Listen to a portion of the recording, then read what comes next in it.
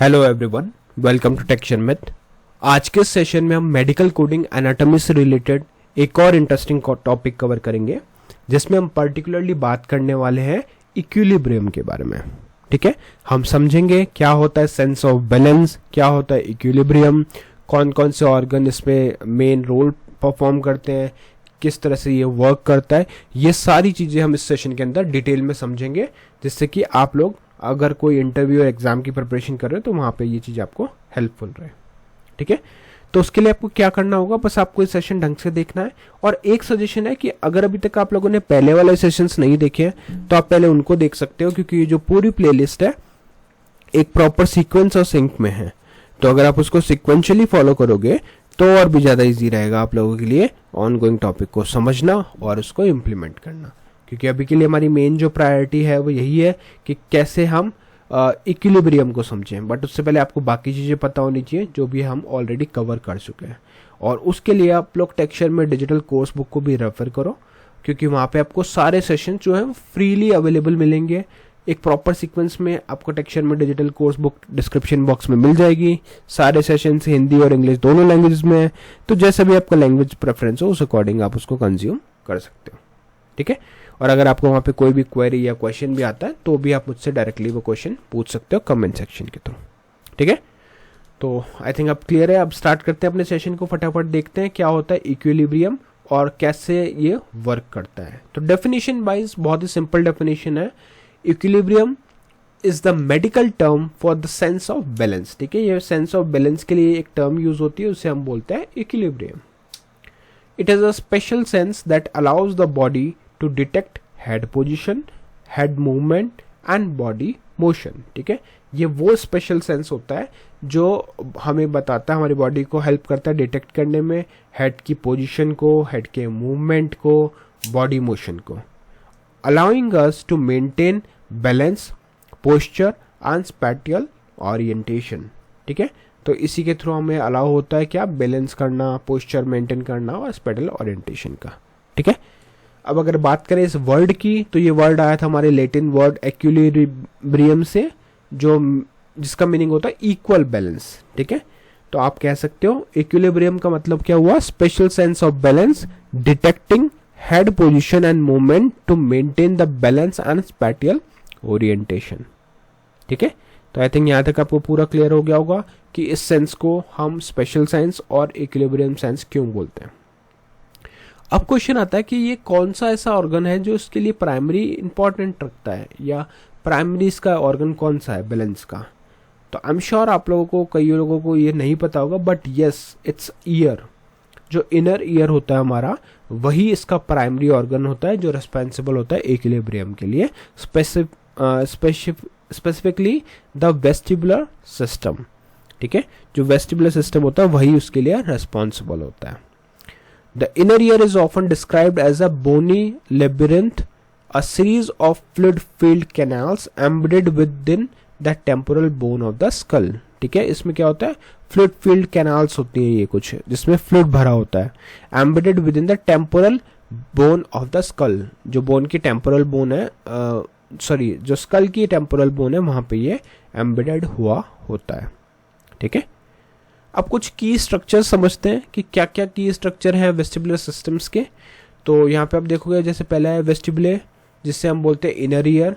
इसका फंक्शन क्या होता है, central chamber houses the otolith organ. ठीक है, यहाँ पे ऑटोलिथ ऑर्गन का प्लेस होता है। फिर हमारे पास है utricle, within the vestibule detect horizontal linear movement and head tilt. ये क्या करता है, डिटेक्ट करता हॉरिजॉन्टल लीनियर मूवमेंट को और हेड टिल्ट को।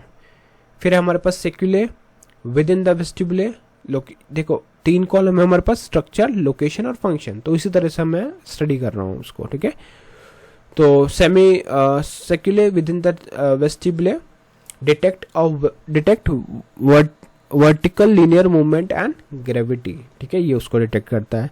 फिर आता है हमारे पास semi circular canals, inner ear 3 canals. ठीक है, डिटेक्ट करता है क्या, रोटेशनल हेड मूवमेंट। तो जब भी रोटेशनल हेड मूवमेंट होता है उसको डिटेक्ट कौन करता है, सेमी सर्कुलर कैनाल। फिर हमारे पास है ampulla, base of each semi circular canal. ठीक है, ये सेमी सर्कुलर कैनाल का बेस में होता है। कंटेन क्या करता है ये, hair cells that detect fluid movement, तो ये बेसिकली फ्लूइड मूवमेंट को डिटेक्ट करता है। उसी तरह हमारे पास है cupula within the ampulla, gelatinous structure blend when fluid moves stimulates the hair cells. ठीक है, तो इस सिचुएशन में क्या होता है, ये बेंड हो जाता है जब भी फ्लूइड मूव करता है और स्टिमुलेट करता है हेयर सेल्स को। ठीक है, फिर हमारे पास में आता है otoliths within utricle and saccule tiny calcium carbonate crystals shift with gravity and movement. ठीक है, तो ये कुछ छोटे छोटे टाइनी कैल्शियम कार्बोनेट क्रिस्टल्स होते हैं जो मूव करते हैं, शिफ्ट करते हैं जब भी ग्रेविटी और मूवमेंट होता है। ठीक है, फिर हमारे पास आता है endolymph fluid inside the canals. ये एंडोलिम्फ वो फ्लूइड है जो कैनाल्स के अंदर फिल्ड होता है। Fluid that moves when the head move stimulates the hair cell. ये कब मूव करता है, जब भी हेयर सेल को स्टिमुलेशन की जरूरत होती है। ठीक है, fluid that moves when the head moves stimulates the hair cell. और फिर हमारे पास है vestibular hair cells within the ampulla and otolith organ sensory receptor cell detect fluid and otolith movement. ठीक है, तो आई थिंक यहाँ तक पूरा क्लियर हो गया होगा कि कौन कौन से की स्ट्रक्चर्स होते हैं और क्या क्या वो परफॉर्म करते हैं, क्या उनकी फंक्शनैलिटी होती है।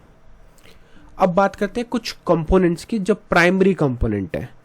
तो जो दो प्राइमरी कंपोनेंट है हमारे पास वेस्टिबुलर सिस्टम के, वो कौन कौन से हैं, ऑटोलिथ ऑर्गन जिसे हम यूट्रिकल और सेक्यूले बोलते हैं, और सेकंड ऑर्गन जो कंपोनेंट है वो है सेमी सर्कुलर कैनाल। तो इसको थोड़ा सा एक ओवरव्यू की तरह से देख लेते हैं। जो ऑर्गन है वो तो यूट्रिकल और सेक्यूले है, जो अभी हमने देखा था कि क्या वो डिटेक्ट करते हैं। अभी हम सीधा यहाँ देख लेते हैं। यूट्रिकल क्या है, horizontal linear movement moving upward backward और साइड टू साइड और हेड टिल्ट। ठीक है, ये इसको डिटेक्ट करता है। सेक्यूले क्या है, vertical linear movement moving up और down and affect the gravity. अब बात करते हैं इसकी डिटेल में। तो देखो ऑटोलिथ ऑर्गन क्या करता है, कंटेन करता है ऑटोलिथस टाइनी कैल्शियम कार्बोनेट क्रिस्टल, जो अभी मैंने बात करी थी, एम्बेडेड इन गैल्टेनियस मेम्ब्रेन। ठीक है, यहाँ पे ये प्रेजेंट होता है। व्हेन द हेड मूव्स और tilts otolith shift due to gravity blending the hair cells beneath them. ठीक है, ये क्या करता है, जब भी ये कैल्शियम कार्बोनेट या जब भी ऑटोलिथ शिफ्ट होता है ग्रेविटी की वजह से, तो ये क्या करता है, बेंड करता है हेयर सेल्स को, उनके जो नीचे जो हेयर सेल्स होते हैं उनको बेंड करता है। फिर हमारे पास है bending of hair cell generate nerve impulse signals head position and linear movement. ठीक है, उन्हीं बेंडिंग से क्या होता है, नर्व सिग्नल्स जनरेट होते हैं जो इम्पल्स भेजते हैं। ठीक है, नर्व इम्पल्स भेजते हैं, सिग्नलिंग भेजते हैं हेड पोजीशन और लीनियर मूवमेंट की। क्लियर, तो आई थिंक फर्स्ट कंपोनेंट हमें क्लियर है वेस्टिबुलर सिस्टम का। अब बात करते हैं सेकेंड सिस्टम की, जो है सेमी सर्कुलर कैनाल। ठीक है, इसके हमने पोर्शन अभी देखे थे, anterior posterior canal, anterior superior canal, posterior canal और lateral canal. Plane of original आप इसका देख सकते हो, ये हमने बहुत अच्छे से स्टडी किया था, तो आई एम श्योर आपको पता होगा क्या होता है प्लेन ऑफ ओरिएंटेशन। जैसे sagittal plane, nodding head up and down, frontal plane, tilting head side to side, और horizontal plane, rotating head left and right.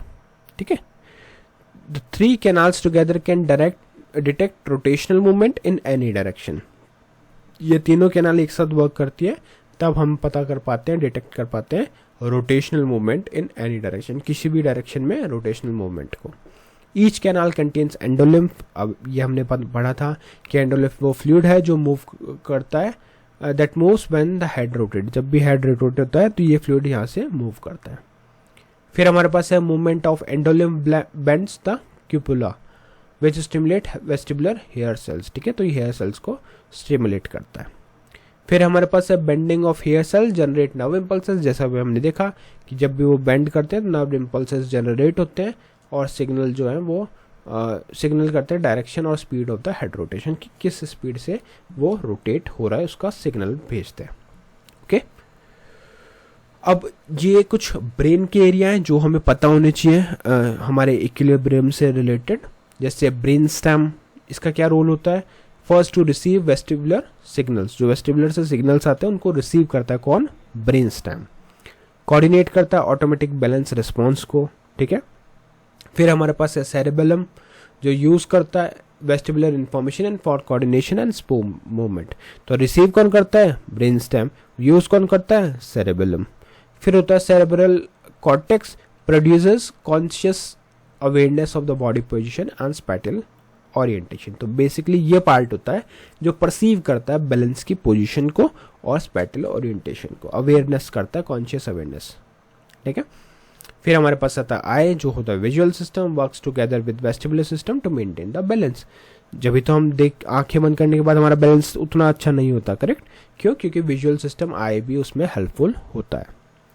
तो आप कह सकते हो balance is maintain by combining information from 3 sources. पहला हो गया हमारा वेस्टिबुलर सिस्टम, इनर ईयर, फिर हो गया विजुअल सिस्टम, आईज, और फिर हो गया प्रोपियोसेप्टिव सिस्टम, मसल एंड जॉइंट। उसके थ्रू भी हमें पोजिशनिंग पता चलती है, इक्विलिब्रियम बैलेंस मेंटेन होता है। क्लियर? ऑलराइट, तो अब कुछ कॉमन डिसऑर्डर देख लेते हैं कि कौन कौन से इस तरह के डिसऑर्डर्स हो सकते हैं, है ना, क्योंकि मेडिकल कोडिंग में तो हमें डिसऑर्डर्स पता होने चाहिए। तो पहली जो कंडीशन होती है जो है वर्टिगो, हम सबको पता होगा। ठीक है, तो ये क्या होता है? फॉल्स सेंसेशन ऑफ स्पिनिंग और मूवमेंट। ये फॉल्स सेंसेशन होते हैं हमें कि जैसे हमारे आसपास का एनवायरनमेंट स्पिन कर रहा है, मूव कर रहा है, बट ऐसा एक्चुअल में नहीं होता। वो बस पेशेंट फील कर रहा है कि उसके आसपास का एनवायरनमेंट मूव कर रहा है। सिमिलरली हमारे पास होता है बीपीपीवी, जिसे हम बोलते हैं बिनिंग पैरोजमल पोजिशनल वर्टिगो। ठीक है, ये क्या होता है? कॉमन वर्टिगो होता है जो कॉज करता है displace otoliths in the semi circular canal triggered by specific head position. ठीक है, ये स्पेसिफिक हेड पोजीशन की वजह से होता है। फिर हमारे पास है Meniere disease, inner ear disorder, classic triad of vertigo, sensorineural hearing loss and tinnitus caused by abnormal fluid pressure in the inner ear. फिर हमारे पास है labyrinthis, inflammation of the inner ear labyrinth cause sudden severe vertigo and hearing loss. ठीक है, ये sudden hearing loss को भी cause करता है। Similarly हमारे पास vestibular neuritis है, inflammation of the vestibular nerve cause sudden severe vertigo without hearing loss. फिर है हमारे पास acoustic neuroma, benign tumor of vestibular nerve causes gradual hearing loss, tinnitus and balance of the problem. और फिर last में presbyastasis, age related decline in the balance function. तो ये कुछ common disorders होते हैं जो हमारे इक्विलिब्रियम से रिलेटेड, या आप कह सकते हो बैलेंस डिसऑर्डर्स होते हैं, कॉमन बैलेंस डिसऑर्डर। तो आज के सेशन में इतना ही था। अब आप लोगों के लिए एक क्वेश्चन है, व्हाट इज ऑल्फैक्टरी बल्ब। आप लोगों को इस क्वेश्चन का आंसर शॉर्ट में शेयर करना है। जितने ज़्यादा आप लोग कमेंट शेयर करते हो उतने ज़्यादा मुझे नोटिफिकेशन मिलते हैं, और उसी से मुझे पता चलता है कि आप लोग ये सीरीज़ फॉलो कर रहे हो, और उसी बेसिस पे मैं नए सेशन पब्लिश करता हूँ। क्लियर? तो या आज के लिए इतना ही था। नेक्स्ट सेशन में हम बाकी टॉपिक डिस्कस करेंगे, तो please do share your knowledge in the comment section, जिससे कि बाकी लोग उन सेशंस को समझ सकें। तो जब भी आप अपनी नॉलेज शेयर करते हो उससे बाकी लोगों को काफ़ी हेल्प होता है। तो आज के लिए इतना ही था। नेक्स्ट सेशन में हम बाकी टॉपिक डिस्कस करेंगे। So thank you for watching take share with.